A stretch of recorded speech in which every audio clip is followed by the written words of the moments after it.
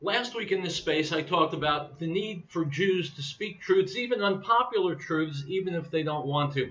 This week, I want to talk about Jews needing to take responsibility, even if technically they don't have to. Great story about a Jewish man back in the early 1900s, somewhere in Eastern Europe. He goes to his rabbi and says, "Rabbi, I want to ask you a question." Says, "In the Torah, we're commanded to honor our father and mother. Is that right?" And the rabbi says, "Yes, of course." And the man says, "Well, I have an elderly father. He's elderly, he's sick, he lives about an 8-hour train ride away, lives in a small village. Am I required to go take care of him?" And the father says, "Yes, of course."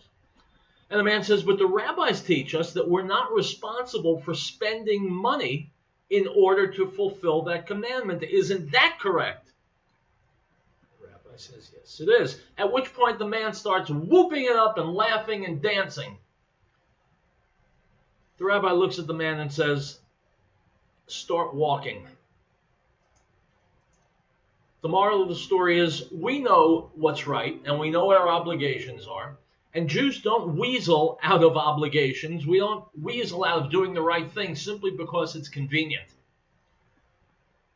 God tells us what to do, and we have to do it, even if, unfortunately, we may not want to. It's a challenge for us to be not only better Jews, but better human beings.